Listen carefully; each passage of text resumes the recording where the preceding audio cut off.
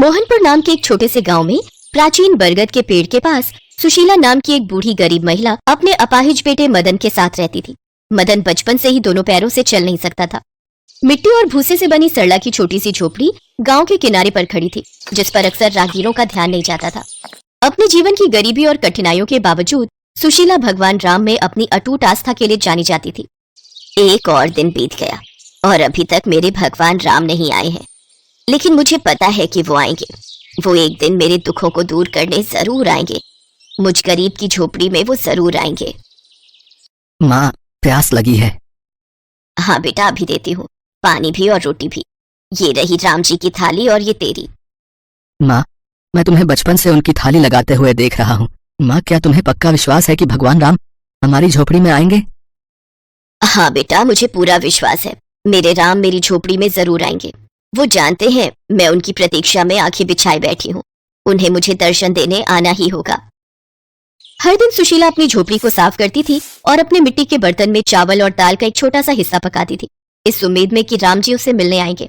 उसकी आस्था को लेकर गांव वाले अक्सर उसका मजाक उड़ाते थे, जिनमें गांव का जमींदार भी शामिल था। जब भी वो उस रास्ते से गुजरता, सुशीला को देखकर बहुत हंसता। सुशीला, तुम और तुम्हारी कल्पनाएं। जितना मर्जी अपनी इस टूटी फूटी झोपड़ी को सजा लो, भगवान राम तुम जैसी गरीब बुढ़िया से मिलने नहीं आने वाले। जमींदार साहब, आप जब भी इधर से गुजरते हो मुझे यही बात कहते हो। एक दिन ऐसा आएगा जब आप देखते रह जाओगे, जब मेरे राम मेरी झोपड़ी में आएंगे। मेरा दिल मुझसे कहता है कि राम आएंगे। उम्र के साथ साथ अक्सर ऐसा हो जाता है। खैर, हमें क्या, करो इंतजार, हम भी देखते हैं। अरे जमींदार साहब, क्या इन छोटे गरीब लोगों के मुंह लगना। चलिए, वहाँ पेड़ की छाया में खटिया लगा दी है। आप वहाँ आराम से पेड़ की ठंडी छाया में बैठो और ठंडी ठंडी हवा का आनंद लो। सुशीला को आदत थी रोजाना ऐसे ताने सहने की। वो किसी की भी बात का बुरा नहीं मानती थी। वो तो सिर्फ अपने प्रभु श्री राम की भक्ति में ही लीन रहती थी। एक दोपहर में जब सुशीला गांव के बाहर लकड़ियां इकट्ठा कर रही थी, दो युवा और सुंदर साधु साधारण कपड़े पहने हुए उसकी झोपड़ी के पास आए। उनकी उपस्थिति शांत थी और उनकी मुस्कान बहुत ही कोमल थी। माँ, क्या हमें थोड़ा पानी मिल सकता है? हम बहुत दिनों से यात्रा कर रहे हैं, हमारे पास पानी समाप्त हो गया है। हाँ हाँ मेरे बच्चों, कृपया अंदर आओ, भोजन का समय है। मैं तुम दोनों के लिए भोजन भी लाती हूँ और साथ में पानी भी। माँ, कौन आया है? बेटा, दो ऋषि पधारे हैं, यात्रा पर निकले हैं, इसीलिए कुछ देर यहाँ विश्राम करना चाहते हैं। ये मेरा बेटा है मदन। सुशीला भोजन की थाली लगाने लगी, तभी दूसरे युवा ऋषि ने सुशीला से पूछा, माँ, आपने भोजन की ये 3 थालियां क्यों लगाई हैं? हम तो केवल 2 ही हैं। बेटा, ये थाली भगवान राम के लिए है। मैं जब भी भोजन लगाती हूँ तो एक थाली भगवान श्री राम के लिए निकालती हूँ, क्योंकि मुझे यकीन है कि एक ना एक दिन वो मेरी इस झोपड़ी में जरूर आएंगे और इस भोजन को ग्रहण करेंगे। ये लो बेटा, खाओ। सुशीला की बातें सुनकर दोनों युवा ऋषि मुस्कुरा दिए। उन्होंने घंटों बातें की। युवा ऋषियों ने गांव, सुशीला के जीवन और राम जी के प्रति उसके अटूट विश्वास के बारे में उसकी कहानियां ध्यान से सुनी। जैसे ही शाम हुई, युवा ऋषि जाने के लिए खड़े हो गए। आपसे मिलकर और आपकी प्रभु श्री राम के प्रति भक्ति को देखकर सचमुच हृदय आनंद से भर गया। धन्यवाद। बस अब तो मेरी इच्छा है कि राम जी भी ऐसे ही मुझसे मिलने आए जैसे आप आए हैं। तुम्हारी भक्ति जीत गई माँ। देखो, मैं तुमसे मिलने आ गया। तुम्हारी भक्ति मुझे यहाँ तुम्हारी झोपड़ी में खींच लाई।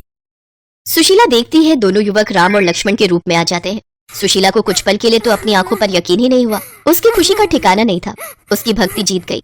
उसे अपने प्रभु श्री राम के दर्शन हो गए। बस माँ, अब दुख के दिन दूर हो गए। अब आपको चिंता की कोई जरूरत नहीं। अब मेरे आशीर्वाद से सब कुछ ठीक हो जाएगा।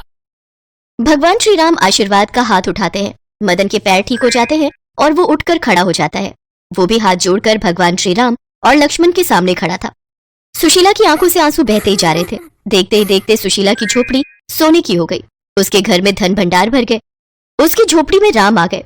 सुशीला को आशीर्वाद देकर भगवान राम और लक्ष्मण अंतर्ध्यान हो जाते हैं। जिन लोगों ने सुशीला का मजाक उड़ाया था, वे अब उसके अटूट विश्वास से आश्चर्यचकित थे।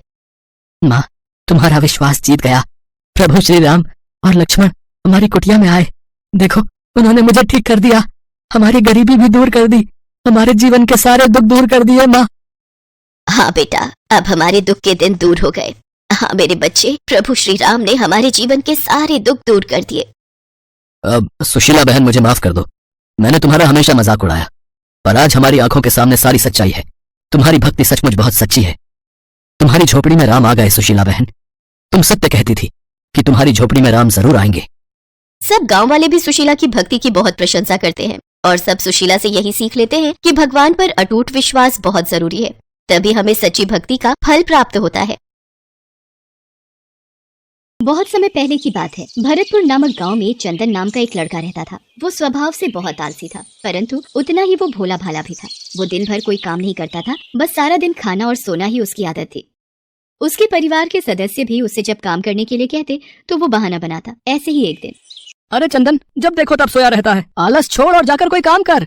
तेरा भाई लाखन सही कह रहा है चंदन, तुझे कोई काम ढूंढना चाहिए। कब तक तेरा भाई अकेले मेहनत करता रहेगा?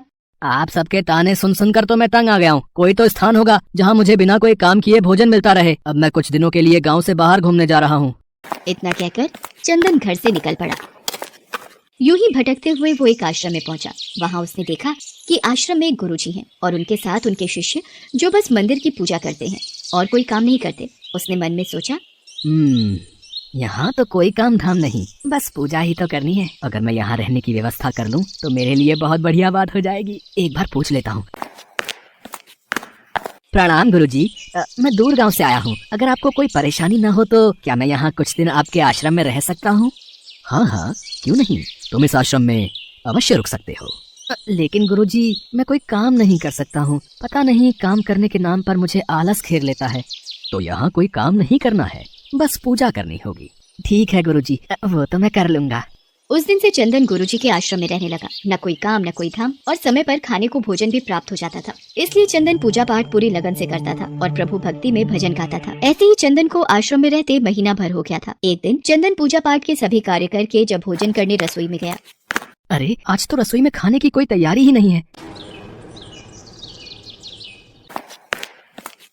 गुरुजी, आज खाना नहीं बनेगा क्या? चंदन, आज एकादशी है। आज आश्रम में सबका उपवास है और आज तुम भी उपवास रखो। आज भोजन नहीं बनेगा।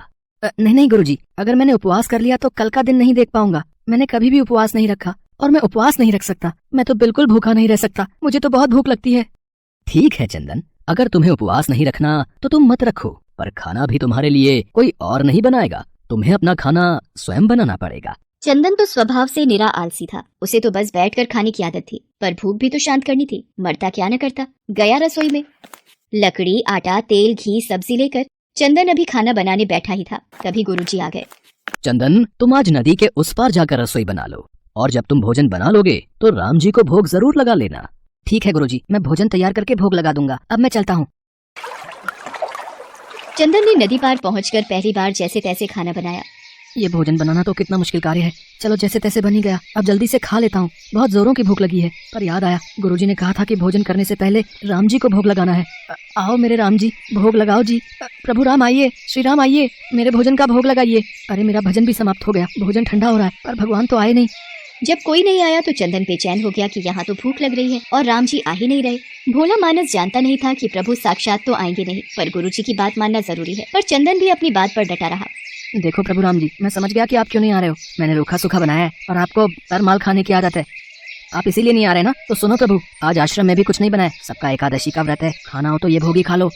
वो कहते हैं ना, भगवान भी भक्त के वश में होते हैं। श्री राम अपने भक्त की सरलता पर बड़े मुस्कुराए और माता सीता के साथ प्रकट हो गए। गुरुजी ने तो कहा था कि राम जी आएंगे, पर यहाँ तो माता सीता भी आई हैं और मैंने तो भोजन बस 2 लोगों का बनाया है। अगर एक को भोजन खिलाऊंगा तो दूसरे को ना पूछूं तो वो भी तो अच्छी बात नहीं है ना। कोई बात नहीं, मैं आज इन दोनों को ही भोजन खिला देता हूँ। मैं आज भूखा रह लूंगा। प्रभु, आपके इस भक्त ने तो भोजन बहुत ही स्वादिष्ट बनाया है। तभी तो मैंने तुम्हें यहाँ अपने साथ आने का आग्रह किया था। प्रभु, आप दोनों को मेरे हाथ का भोजन स्वादिष्ट लगा, ये जानकर मुझे बहुत खुशी हुई है। पर मुझे लग रहा था कि आप अकेले आएंगे, पर आप तो 2 लोग आए, इसलिए मैं भूखा रह गया। पर अगली एकादशी पर ऐसा न करना, पहले बता देना कि कितने जन आ रहे हो, और हाँ, थोड़ा जल्दी आ जाना। भगवान राम चंदन की भोली भाली बातों को सुनकर मुस्कुराने लगे और माँ सीता के साथ प्रसाद ग्रहण करके चले गए। अगली एकादशी तक चंदन सब भूल गया। उसे लगा कि प्रभु ऐसे ही आते रहेंगे और प्रसाद ग्रहण करते रहेंगे, इसलिए उसने किसी को भी ये बात नहीं बताई। फिर एकादशी आई तो चंदन सोच में पड़ गया। कहीं ऐसा ना हो कि आज भी 2 लोग पधारे तो फिर मैं भूखा रह जाऊं। इसलिए आज मैं पहले से ही 3 लोगों का भोजन बना लूंगा। गुरुजी, मैं नदी पार रसोई बनाने जा रहा हूँ, पर आज थोड़ा ज्यादा अनाज लगेगा। भोजन पर 2 लोग आते हैं। लगता है तू भूख के मारे बावला हो रहा है। ठीक है, ले जा और अनाज ले जा।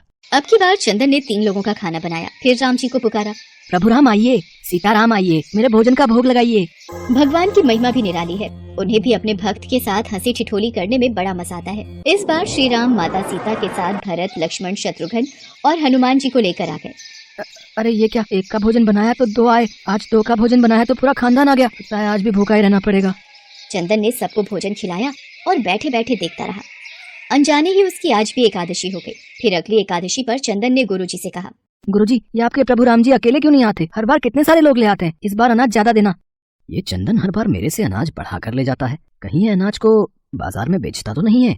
मुझे इसके पीछे जाकर देखना पड़ेगा। ठीक है चंदन, भंडार में से जितना अनाज चाहिए ले लो। चंदन जब अनाज लेकर नदी पार चला गया तो गुरुजी भी छुपकर उसे देखने चल पड़े।